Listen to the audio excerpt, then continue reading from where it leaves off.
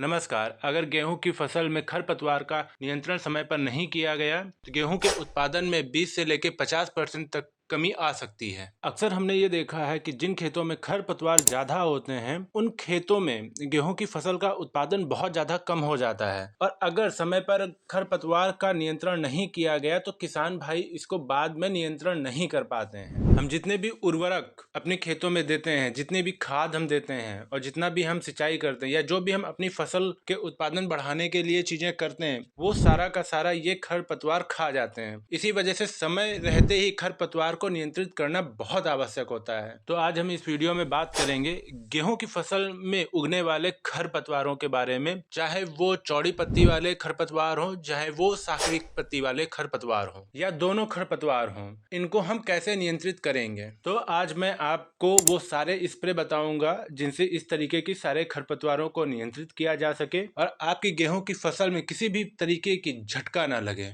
नमस्कार, आप लोगों का स्वागत है किसान वाला जंक्शन यूट्यूब चैनल में। अगर अभी तक आप लोगों ने इस चैनल को लाइव सब्सक्राइब नहीं किया है तो लाइव और सब्सक्राइब कर लें ताकि आपको खेती बाड़ी से जुड़ी हुई सारी इंपॉर्टेंट जानकारी समय समय पर मिलती रहे। और बेल आइकन भी दबा दें ताकि जब भी हम कोई वीडियो नया पोस्ट करें तो उसका नोटिफिकेशन आपको मिल सके और आप उसे तुरंत देखकर लाभ उठा सकें। किसान भाइयों, सबसे पहले बात करते हैं कि गेहूं की फसल में खरपतवार नाशी का उपयोग हमें कब करना चाहिए। बहुत से किसान भाई जो है वो कंफ्यूज रहते हैं इस बात से कि वो सिंचाई से पहले खरपतवार नाशी का उपयोग करें या सिंचाई के बाद में खरपतवार नाशी का उपयोग करें। तो किसान भाई, अगर खरपतवार नाशी का आपको बेस्ट से बेस्ट रिजल्ट चाहिए और आप खरपतवार को जड़ से खत्म कर देना चाह रहे हैं तो खरपतवार नाशी का उपयोग सिंचाई के बाद करिए। किसान भाइयों, अगर आप अपनी गेहूं की फसल में सिंचाई से पहले खरपतवार नाशी का उपयोग करोगे तो आपकी गेहूं की फसल को झटका लगेगा। दूसरा, अगर आप सूखे खेत पे खरपतवार नाशी का उपयोग करते हैं, स्प्रे करते हैं, तो खरपतवार ऊपर से तो जल जाएंगे लेकिन वो जड़ से नहीं खत्म होंगे। तो भैया मेरा मानना है खरपतवार नाशी का जो स्प्रे करना है वो सिंचाई से 5 से 7 दिन के बाद में करना है। किसान भाइयों, आप जब भी खरपतवार नाशी का अपने खेतों में स्प्रे करना चाह रहे हैं तब आपके खेतों में नमी जरूर होनी चाहिए। किसान भाइयों, अब आपको ये बात तो क्लियर हो ही गई होगी कि खरपतवार नाशी का उपयोग हम कब करें, सिंचाई से पहले या सिंचाई के बाद में। किसान भाइयों, अब बात करते हैं गेहूं की फसल में कौन से खरपतवार पे कौन सा खरपतवार नाशी का स्प्रे हमें करना है। हम सबसे पहले बात करेंगे चौड़ी पत्ती खरपतवार के बारे में। जैसे बथुआ है, जंगली पालक है, सरसों है, गजरा है, इस टाइप के बहुत सारे खरपतवार हमको दिखाई देंगे। तो ऐसे खरपतवारों को नियंत्रित करने के लिए हमें कौन सा खरपतवार नाशी का स्प्रे करना है। मैड सल्फ्योराइन मिथाइल 20% WP जो अलग्रिप के नाम से आता है। इसके जो रिजल्ट है वो चौड़ी पत्ती खरपतवार के लिए बहुत शानदार आते हैं। कुछ जो जिद्दी खरपतवार होते हैं जैसे गाजर घास है या फिर भांग आ जाती है उनके लिए, उनके ऊपर ये जो है थोड़ा कम काम करता है। तो इसके अंदर ज्यादा काम करने के लिए या ज्यादा अच्छे इफेक्टिव रिजल्ट लेने के लिए आपको जो कंपनी के द्वारा रिकमेंड डोज दी गई है 8 ग्राम पर एकड़ के हिसाब से आप उसको बढ़ा दीजिए। आप उसको 12 ग्राम भी कर सकते हैं, उसको 13 ग्राम पर एकड़ भी कर सकते हैं।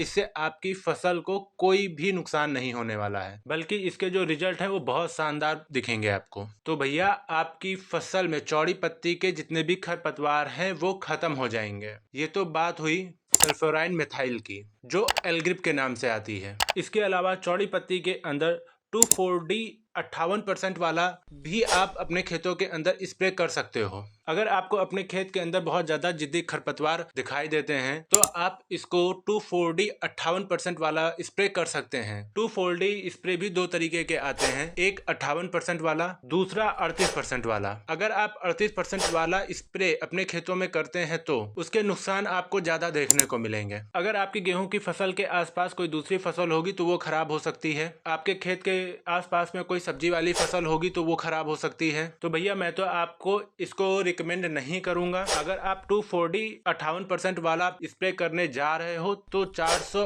ml पर एकड़ के हिसाब से स्प्रे करना है। इससे आपको बहुत अच्छे इफेक्टिव रिजल्ट्स मिलेंगे और इससे नुकसान आपको बहुत कम मिलेगा। अब बात करते हैं साकरी पत्ती के खरपतवारों के बारे में। एक तो होती है जई, दूसरा होता है गुल्ली डंडा मंडूसिया। मंडूसी की बात करें तो मंडूसी की वजह से किसान भाई बहुत ज्यादा परेशान हैं। तो इनके नियंत्रण की बात करें, साकरी पत्ती के जो खरपतवार होते हैं उनको नियंत्रित करने के लिए हमें जो स्प्रे करना होता है वो होता है टॉपिक। टॉपिक के एक पैकेट में आपको 8 पुड़िया मिलती है और एक पुड़िया का जो वजन होता है वो 20 ग्राम होता है। आपको स्प्रेयर पंप के अंदर एक पुड़िया निकाल लेनी है, स्प्रेयर पंप के अंदर उसको डालकर उसे स्प्रे कर देना है। आपको 160 ग्राम पर एकड़ के हिसाब से स्प्रे करना होता है। आपके खेत के अंदर चाहे गुल्ली डंडा हो चाहे जई हो, उसके ऊपर इसके बहुत अच्छे इफेक्टिव रिजल्ट्स मिलेंगे। अब बात करते हैं कि इन स्प्रे का बढ़िया रिजल्ट लेने के लिए हमें क्या बात ध्यान रखनी है। पहली बात, हमें समय पर खरपतवारों का नियंत्रण करना होगा, चाहे वो चौड़ी पत्ती खरपतवार हो चाहे वो साकरी पत्ती का खरपतवार हो, समय रहते ही स्प्रे कर देना होता है। दूसरा, जब हम लोग स्प्रे करें तो इस बात की सावधानी हमें रखनी होती है कि खेत में इस तरीके से स्प्रे किया जाए कि खेत का कोई भी हिस्सा स्प्रे से ना छूटे। तीसरा, हमें इस बात की सावधानी रखनी है कि हम जिस हिस्से से हम स्प्रे करते हुए जा रहे हैं उस हिस्से पे दोबारा से हमें नहीं आना है, नहीं तो हमारी फसल के ऊपर झटका लगना संभव है। अब बात करते हैं उन खेतों के बारे में जिन खेतों के अंदर चौड़ी पत्ती और साकरी पत्ती दोनों तरीके के खरपतवार हैं, तो उनके ऊपर कौन सा स्प्रे करके खरपतवार को नियंत्रित किया जाए। इस तरीके के खेतों में यूपीएल कंपनी का जो आता है विस्टा, उसका हम स्प्रे कर सकते हैं। इसका रिजल्ट बहुत शानदार मिलता है। अब रही बात इसकी डोज की, 160 ग्राम पर एकड़ के हिसाब से आपको लगभग 150 लीटर पानी के अंदर इसको घोलकर अपने खेतों में स्प्रे कर देना होता है। या इसके अलावा आप यूपीएल कंपनी का टोटल आता है उसका भी स्प्रे कर सकते हैं। अब रही बात कि खेतों में झटका लगने की, तो जिन खेतों में हम विस्टा का स्प्रे कर रहे होते हैं उन खेतों में झटका नहीं लगता है, लेकिन जिन खेतों में हम विस्टा की जगह टोटल का स्प्रे कर रहे होते हैं उन खेतों में झटका लगने की संभावनाएं होती हैं। हाँ, ये बात होती है कि विस्टा की अपेक्षा टोटल का रिजल्ट हमें ज्यादा अच्छे मिलते हैं, लेकिन टोटल से हमारी फसल में नुकसान भी